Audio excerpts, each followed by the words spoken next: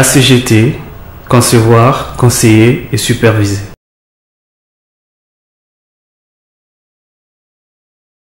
Dépêché à Bukavu par les ministres des Infrastructures, Travaux publics et Reconstruction, Thomas Louaka, sur instruction du chef de l'État Joseph Kabila Kabange, les experts ACGT ont procédé le dimanche 27 mai 2018 à Bukavu à la collecte des données techniques pour les études des luttes anti-érosifs de l'Institut technique Fundi Maendeleo de Bukavu. Munis des équipements pour la conception des études, ces ingénieurs ont commencé par la cartographie du site, moyennant un drone avion, l'étude des ouvrages d'assainissement existants, mais aussi la cartographie de la colline de l'Institut Maendeleo dans la commune de Kadutu. Cette délégation va visiter tous les sites concernés par la déstabilisation de la colline afin d'avoir des données fiables qui vont leur permettre de dresser un bon rapport technique à mettre à la disposition des décideurs de Kinshasa. Signalons que Thomas Louaka vient d'effectuer une visite à Bukavu où il a eu lui-même à palper du doigt les réalités de cette menace ainsi que les conséquences que cela peut avoir sur la population. C'est à l'issue de cette visite et après les constats faits que le ministre des Infrastructures, Travaux publics et Reconstruction, Thomas Louaka, a porté son choix sur l'Agence congolaise des grands travaux pour une mission d'études à Bukavu. Le secrétaire exécutif du programme sino-congolais, nous avons effectivement vu la reprise des travaux de la route Ngomo. La petite remarque que nous avons adressée à l'entreprise est qu'ils puissent mettre en place 2 ateliers, c'est-à-dire que les travaux doivent aller dans les 2 sens pour gagner du temps. Ensuite, nous avons visité l'avancement des travaux du nouveau stade de Bukavu à Niatende, et là aussi nous avons vu que les déblaiement, ça se passe très bien, les travaux évoluent correctement. Troisième étape, c'était la voirie de la ville de Bukavu. Nous avons commencé par Ruzizi 2 et là, nous tenons aussi à féliciter l'entreprise, le groupe Rubouye, pour la qualité du travail qui est effectué sur place. Les travaux évoluent très bien. Et ensuite, nous avons vu les autres voiries de Bukavu et là, nous sommes sincèrement préoccupés par la dégradation de cette voirie. Il faudrait quand même, on a vu la bonne volonté du pouvoir provincial pour essayer de remédier à cette situation. Mais vous savez, la conjoncture économique actuelle ne permet pas à la province seule de réparer complètement la voirie de la ville de Bukavu. Nous allons faire rapport à la haute hiérarchie pour que, assez rapidement, nous puissions engager des travaux de voirie ici à Bukavu. Voilà un peu en résumé. Et puis peut-être un petit point particulier. Nous avons vu une grande érosion qui menace une grande partie de Bukavu et surtout qui menace l'Institut technique Fundi Maendeleo. Et là, nous pensons qu'assez rapidement, il faudrait que l'agence des grands travaux puisse venir sur le terrain pour faire les évaluations nécessaires. Donc voilà en résumé la mission qui nous a conduit ici à Bukavu. Et nous sommes contents parce que nous avons vu ce qui est en train de se faire. Nous avons vu les défis qu'il y a ici. Donc nous pouvons aller faire un rapport circonstanciel à la haute hiérarchie, donc au président de la République Joseph Kabila, pour que des instructions précises soient données et que les travaux puissent reprendre assez rapidement dans la ville de Bukavu. ACGT, concevoir, conseiller et superviser.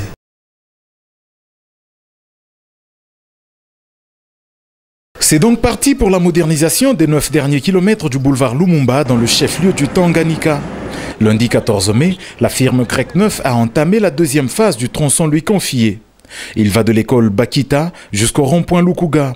Ce début des travaux s'est fait en présence de Richard Kitangala, gouverneur de province, et de Charles Médari Lunga, directeur général de l'Agence congolaise des grands travaux, qui a conduit une mission à cet effet avec la firme Crec 7 qui va s'occuper du tronçon Pont Lukuga, rond-point Kisebwe, aéroport Kainda. Le financement provient du programme sino-congolais, ce qui explique la présence du directeur général adjoint de la sino-congolaise des infrastructures, CISCO SA en sigle. Pour un budget total avoisinant les 40 500 000 $ américains, ces travaux vont permettre au Tanganyika de se doter du premier boulevard le plus long de la RDC, en parlant des 2 fois 2 voies. Cette route va mesurer au final 12 km et demi. Ici, les assurances de Charles Médard Ilunga quant au budget. Il s'est passé, c'est vrai, un certain temps, on devait assez communiquer sur la question du budget, mais aujourd'hui, cette question est complètement close. Et nous vous rassurons que la route sera prise en charge par 2 entreprises, comme l'a dit M. le gouverneur, et que déjà vous allez dans 10 jours, 15 jours, vous allez constater une accélération extraordinaire. Nous disons que octobre 2018, pour nous, c'est un deadline. Donc nous ne pouvons pas nous permettre de dépasser. Preuve que le gouvernement de la République tient à l'achèvement complet de ce projet, la délégation a visité les équipements importés pour l'éclairage public. Ce matériel est arrivé par mer. Le gouverneur de province, Richard Kitangala, y voit une preuve manifeste des autorités de Kinshasa de finaliser ce projet. Comme nous aurons maintenant deux entreprises qui vont travailler au même moment et ça va aller très vite. Ils sont en train déjà de ramener leur matériel, équipement pour commencer. Ils ont même déjà commencé. Vous voyez les boulevards, sous peu nous aurons un boulevard à 4 bandes, éclairé. C'est ça le modernisme. À noter que l'implantation de ces équipements intervient bientôt. ACGT, concevoir, conseiller et superviser.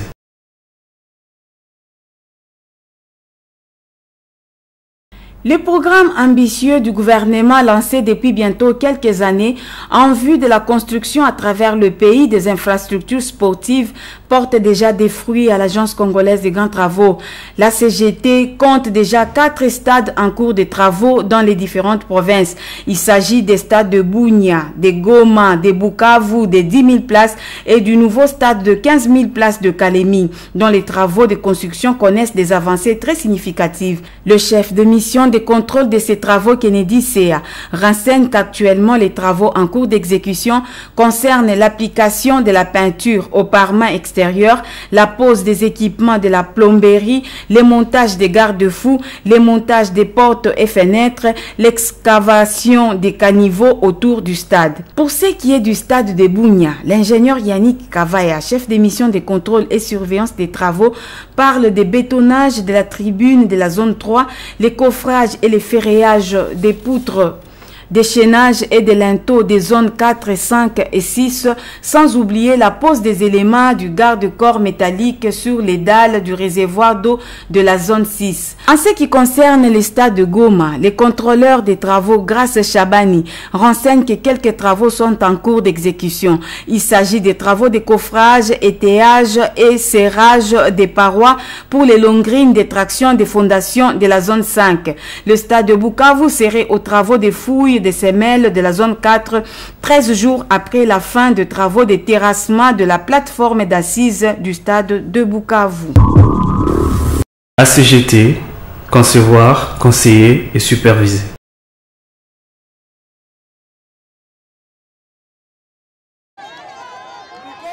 Début ce jeudi 30 mai des travaux de la voirie de la ville de Lubumbashi financés par la concession de la route Lubumbashi-Kasumbalesa pour l'exercice 2018. La première route concernée, c'est l'avenue Mounama dans la commune annexe. 1200 mètres vont être réhabilités pour cette première phase avec objectif de rejoindre la bretelle localisée vers Kashamata, récemment réhabilitée en terre battue par l'OVD. C'est ce qu'a fait savoir Flori Mwambati Fumbe, chef d'antenne de l'ACGT pour le Grand Katanga.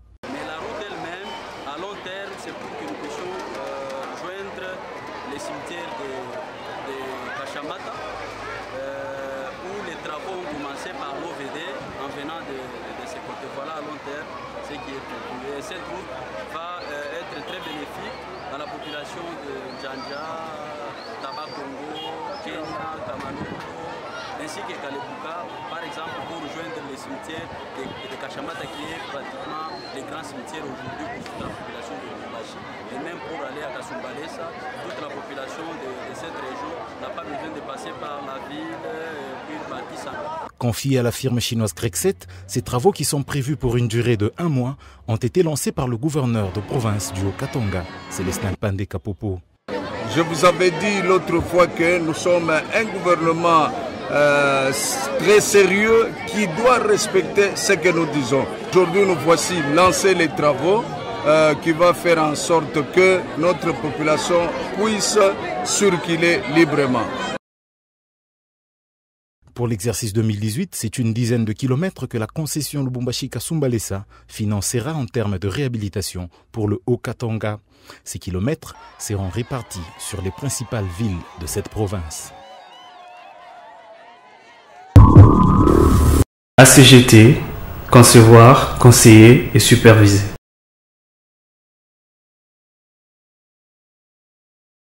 Les travaux de la modernisation de la route Mbujimai-Mwenedioutou évoluent normalement bien du PK 15+500 au PK 15+600. Engagé à soutenir ces travaux, un groupe de jeunes de ce coin s'est constitué en main d'œuvre pour la conduite de la mission de contrôle et de l'entreprise qui exécute ces travaux pour le chauffage de bitume et le nettoyage de la couche de base avant l'imprégnation. Signalons que 4 essais à la plaque ont été réalisés avant cette imprégnation.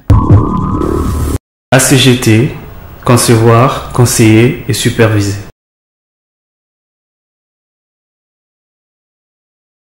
La commission mixte a procédé ce vendredi 25 mai 2018 à la réception provisoire des travaux d'implantation de feux de signalisation sur l'avenue Kasavubu à Kinshasa. Il s'est agi des intersections entre l'avenue Lukengo avec l'avenue Kasavubu, entre l'entrée Macampagne et l'avenue Kasavubu, ainsi que entre la chaussée de Benseke et celle de l'avenue Macampagne. Constituée d'une commission mixte, à savoir la CGT, CREC 8, CREC RDC, SNEL et SENPER, cette réception a consisté en la vérification sur terrain de tous les équipements installés comme prévu dans le contrat. Il a été question aussi de vérifier tous les travaux prévus, notamment la fourniture et installation des équipements, dont 9 portiques de signalisation pour la régulation de la circulation routière, 18 mâts de signalisation pour la régulation de la circulation piétonne, des lampes à LED et 3 boîtes intelligentes de commande.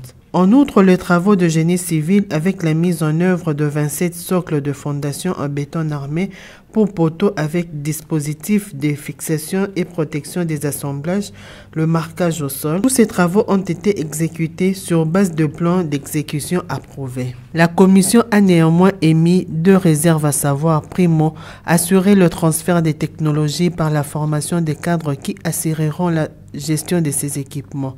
Segundo, compléter les schémas de réalisation électrique. Il convient de signaler que ces travaux s'inscrivent dans le cadre du programme sino-congolais du projet de réhabilitation et modernisation de Boulevard Triomphal et Sendwe. Aussi, à titre de rappel, ces travaux ont été exécutés par l'entreprise CREC RDC, sous-traitée par la firme CREC 8 et la CGT comme maître d'ouvrage délégué du ministère des Infrastructures, Travaux publics et Reconstruction. ACGT, concevoir, conseiller et superviser.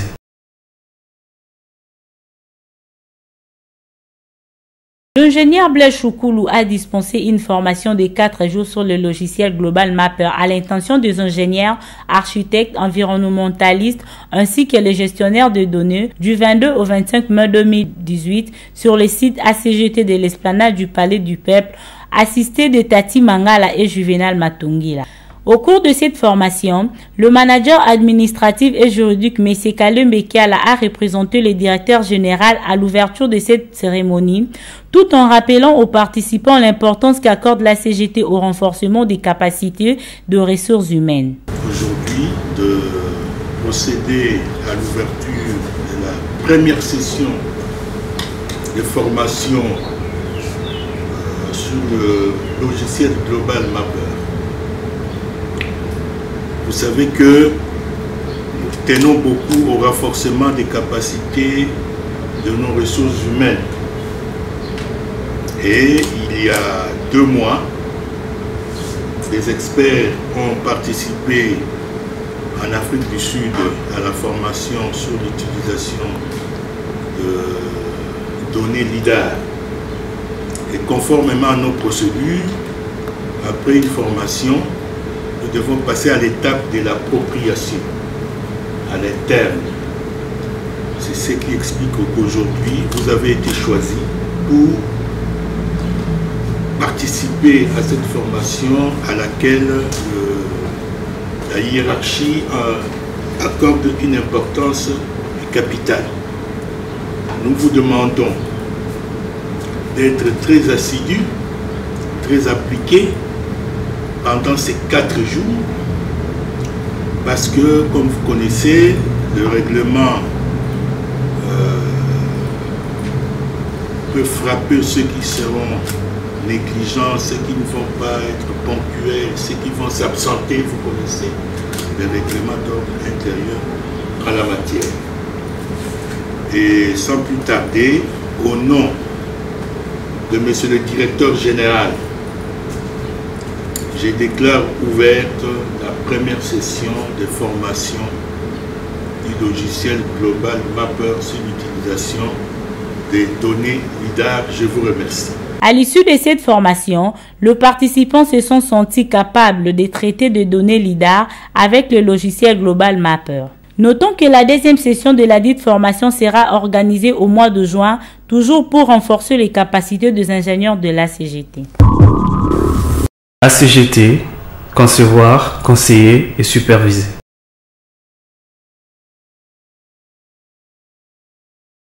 Les réunions techniques, juridiques et économiques organisées chaque jeudi par la Direction générale de l'Agence congolaise des grands travaux ont pour but de favoriser les échanges sur différents thèmes dans les domaines cités si haut et permettre d'asseoir un grand bureau d'ingénierie en République démocratique du Congo. Pour ce mois de mai 2018, les ingénieurs reviennent en tête avec plusieurs thèmes dont les plus importants ont concerné l'ensemencement hydraulique, le dimensionnement des mâts d'une éolienne et la restitution de la formation sur le traitement des données LIDAR avec le logiciel Global Mapper. Face à un auditoire mixte, l'ingénieur Somitabita Dorcas souligne que l'ensemencement hydraulique est une technique particulière d'ensemencement des airs par la végétation la plus appropriée, consistant à épandre sur un sol un mélange d'eau, des semences, des paillis protecteurs, d'un agent liant et des engrais pour pallier à la carence des sols. Cette technique est utilisée dans la stabilisation des talus, la régénération des sols, la renaturalisation de la protection des cours d'eau et de la gestion d'érosion. Abordant les thèmes sur le dimensionnement des mâts d'une éolienne, Eric Ntiki, ingénieur civil de construction, soutient que l'intérêt de ce sujet est de renseigner les ingénieurs des structures sur les aspects à prendre en compte dans le dimensionnement de la tour d'une éolienne et savoir modéliser les efforts aérodynamiques agissant sur les éléments structurels d'une éolienne. Appelé à faire la restitution de la formation sur le logiciel Global Mapper suivi en Afrique du Sud, l'ingénieur Blaise Choukoulou, superviseur des études des infrastructures passives et des télécommunications, indique que cette formation leur a permis de faire le traitement des données LIDAR avec le logiciel Global Mapper. La formation que nous venions de suivre, c'est sur le traitement des données LIDAR avec le logiciel Global Mapper. Bon, cette formation, elle a apporté beaucoup d'informations par rapport à un certain nombre de problématiques que nous avions sur le traitement des nuages de points, sur le traitement des données LIDAR. Ce logiciel qui est un logiciel puissant, un logiciel SIG qui nous permet de faire de la topographie, qui nous permet de faire de la cartographie, qui nous permet de faire de la prédiction en ce qui concerne la couverture, la visibilité pour la programmation de drones. Et ça nous permet de faire tout ce qui est management des lignes électriques, tout ce qui est planification urbaine, tout ce qui est projet d'expropriation, tout ce qui demande en fait la collecte des données à partir de tout ce qui est support géoréférencé, que ce soit le drone, que ce soit les appareils photo avec GPS incorporé, que ce soit des GPS, que ce soit avec des téléphones qui prennent des photos géoréférencées. Donc ce logiciel, c'est un logiciel qui est très très ouvert, ça permet de traiter tout ce qui est informations qui sont collectées à travers tout ce qui est équipement des géoréférencements. ACGT, concevoir, conseiller et superviser.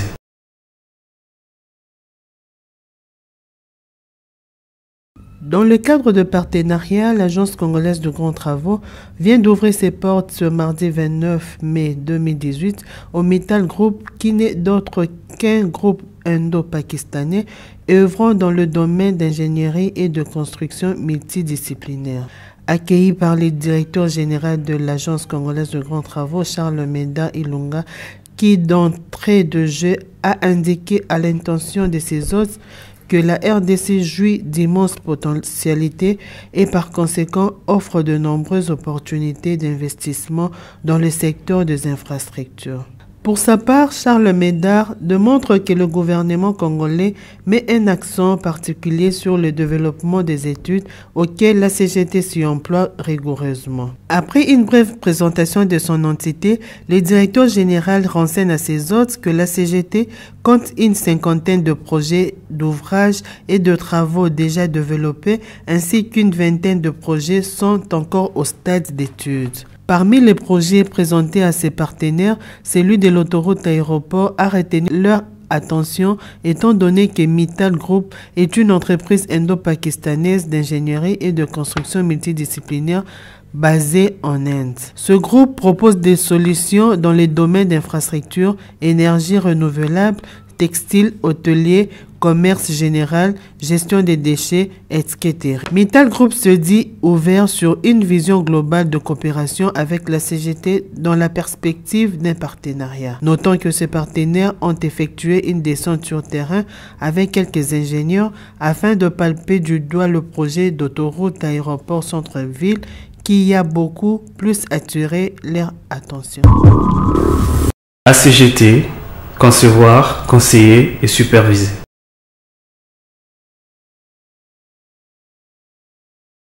Le monde entier célèbre chaque le 1er mai la journée internationale du travail.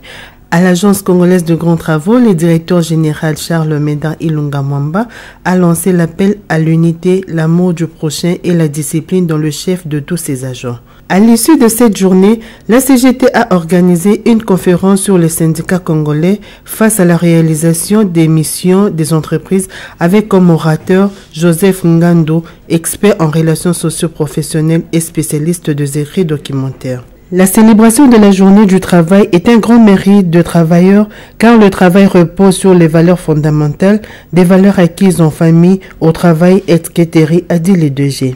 Il a ensuite renchéri que parmi ces valeurs fondamentales, il y a la confiance en soi, la détermination, c'est-à-dire le refus de disparaître ou d'échouer. Le numéro 1 de la CGT a en outre indiqué que chacun a de la valeur et des aptitudes de faire face aux vrais défis qui, pour la CGT, constituent en la construction de routes, chemins de fer, voirie, énergie.